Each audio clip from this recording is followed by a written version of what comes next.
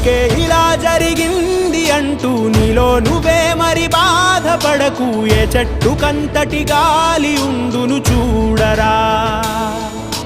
నీ చిక్కులన్నవి తీరవంటూ ఎక్కిళ్ళు పెడుతూ ఆగిపోకు. ధైర్యంగా వెతుకు, దారి దొరుకును సోదరా.